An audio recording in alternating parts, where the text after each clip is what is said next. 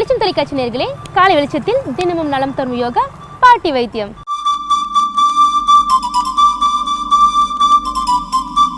முத்திரைகள் செய்வோம், மாத்திரைகளை தவிர்ப்போம். தினமும் ஒரு நலம் தரும் யோகா.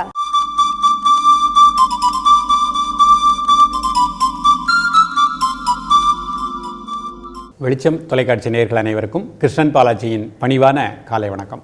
நேயர்களே, நலம் தரும் யோகாவில் நம்ம சேர் யோகா அமர்ந்த நிலையில் இருந்து கொண்டே தலைமுதல் கால் வரை நமது உடல் உள்ளுறுப்புகளை எப்படி சிறப்பாக இயங்க செய்வது, எளிமையான யோகா பயிற்சிகளை பார்த்துட்டு வரோம். ஒவ்வொரு உறுப்பாக பார்த்துட்டே வரோம். இன்றைக்கு நம்ம பார்க்கக்கூடிய உறுப்பு அற்புதமான உறுப்பு வயிறு, சிறுகுடல், பெருங்குடல்.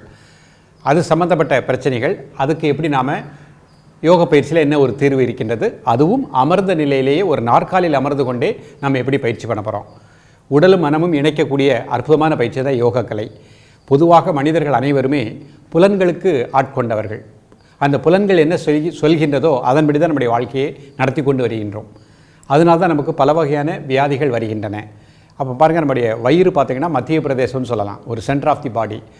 இந்த வயிற்றுக்குள் இருக்கக்கூடிய அந்த உணவுகள், அது சரியான வகையில் அந்த உணவை எடுத்துக்கிட்டோம் அப்படின்னாலே வாழ்க்கை வளமாக இருக்கும்.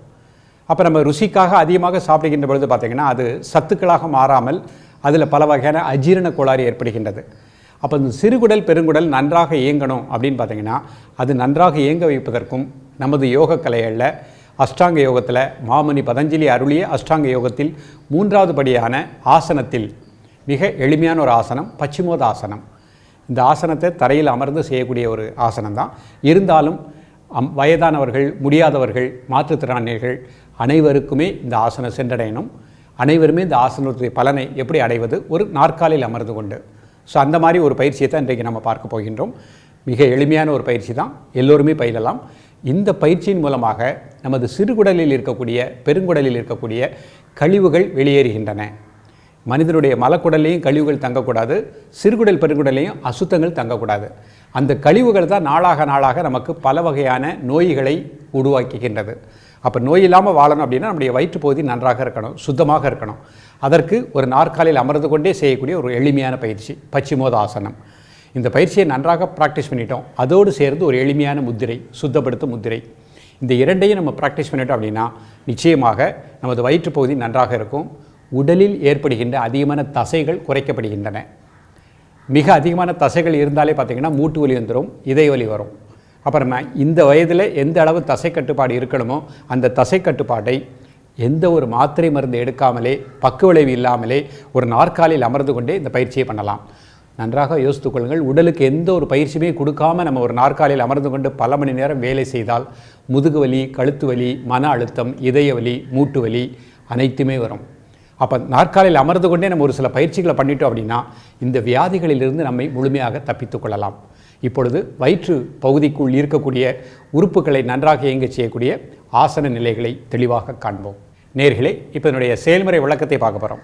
எல்லா மனிதர்களுமே நமது குடலை சுத்தப்படுத்தக்கூடிய வழிமுறைகள் நம்ம கையிலே இருக்குது.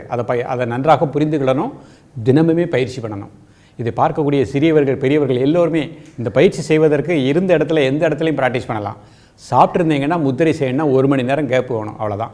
நீங்கள் எந்த இடத்தில் இருந்தால் கூட 1 மணி நேரம் சாப்பிட்ட உடனே 1 ஹவர் கழித்து இந்த முத்திரையை சுத்தப்படுத்தும் முத்திரை. இதனுடைய பெயரே சிறுகுடல், பெருங்குடலில் இருக்கக்கூடிய அசுத்தங்களை, குடலை சுத்தப்படுத்தக்கூடிய முத்திரை நம்ம கையிலே இருக்குது. இதற்காக எந்த மாத்திரையோ எந்த மருந்தோ எதுவுமே எடுக்க தேவையில்லை. ஸோ குடல் சுத்தமானால் மனம் சுத்தமாகும், எண்ணம் சுத்தமாகும், வாழ்வு வளமாக இருக்கும். அப்போ இப்போ நம்ம முதல்ல வயிற்று உள் பகுதிகளை சுத்தப்படுத்தக்கூடிய ஒரு முத்திரை பார்க்க போகிறோம். இந்த முத்திரை செய்வதற்கு முன்பாக இவ்வாறு நிமிர்ந்து உட்கார்ந்துக்கணும். முதுகெலும்பு நேராக இருக்கணும். கண்களை மூடி இயல்பாக நடக்கக்கூடிய மூச்சோட்டத்தை கூர்ந்து ஒரு 10 வினாடிகள் தியானிக்கவும். உடல், மனம், மூச்சு 3மே அமைதியாக இருக்கணும். இப்போ எப்படி இந்த முத்திரை பண்ணுறாங்கன்னு பார்ப்போம். 2 கை இந்த மாதிரி வச்சுக்கோங்க. பெருவரலால் மோதிரவரலுடைய 3வது பகுதியில் ஒரு சின்ன அழுத்தம் கொடுங்க. இது சுத்தப்படுத்தும் முத்திரை. அதில் லைட்டாக ஒரு ப்ரெஷர் கொடுங்க. கண்ணை மூடிக்கோங்க. சாதாரண மூச்சில் 1 நிமிடம் முதல் 2 நிமிடங்கள் இருங்க. யாராருக்கெல்லாம் அஜீரண கோளாறு, வயிற்று வலி, வயிற்றில் அல்சர், புண்கள், பசியின்மை இந்த மாதிரி உள்ளதோ அவர்கள் அனைவரும் 5 நிமிடங்கள் இந்த முத்திரை ப்ராக்டிஸ் பண்ணுங்கள். காலையில் ஒருக்க, மதியம் சாப்பிடுவதற்கு முன்பாக, மாலை சாப்பிடுவதற்கு முன்பாக. சிறுகுடல், பெருங்குடலில் இருக்கக்கூடிய அனைத்து வகை பிரச்சனைகளுக்கும் முழுமையான தீர்வு கிடைக்கும். ரிலாக்ஸ் பண்ணிக்கோங்க. இப்போ ஒரு எளிமையான ஒரு ஆசன நிலை பார்க்க போகிறோம். பச்சிமோத ஆசனத்தை ஒரு நாற்காலியில் அமர்ந்து எப்படி ப்ராக்டிஸ் பண்ணுறோம். 2 காலையும் மெதுவாக நீட்டிக்கோங்க. கை மேலே உயர்த்திக்கோங்க. மூச்சு வெளியே விட்டுட்டே கீழே குனிங்க முடிஞ்ச அளவு. 1 2 3 4 5 6 7 8 9 10. மூச்சு வெளியே விட்டே ரிலாக்ஸ். கைக்குள்ளே போட்டுக்கோங்க. சாதாரண மூச்சில் இருங்க. மீண்டும் ஒரு முறை 2 காலையும் மெதுவாக நீட்டிக்கோங்க. கை மேலே உயர்த்திக்கோங்க. மூச்சு வெளியே விட்டுட்டே கீழே குனிங்க. அங்கே நார்மல் ப்ரீத்திங். 1 2 3 4 5 6 7 8 9 10. மூச்சு வெளியே விட்டே ரிலாக்ஸ். கை மீண்டும் சுத்தப்படுத்தும் முத்திரையில் வச்சுக்கோங்க. கண்ணை முடிக்கோங்க. Normal breathing.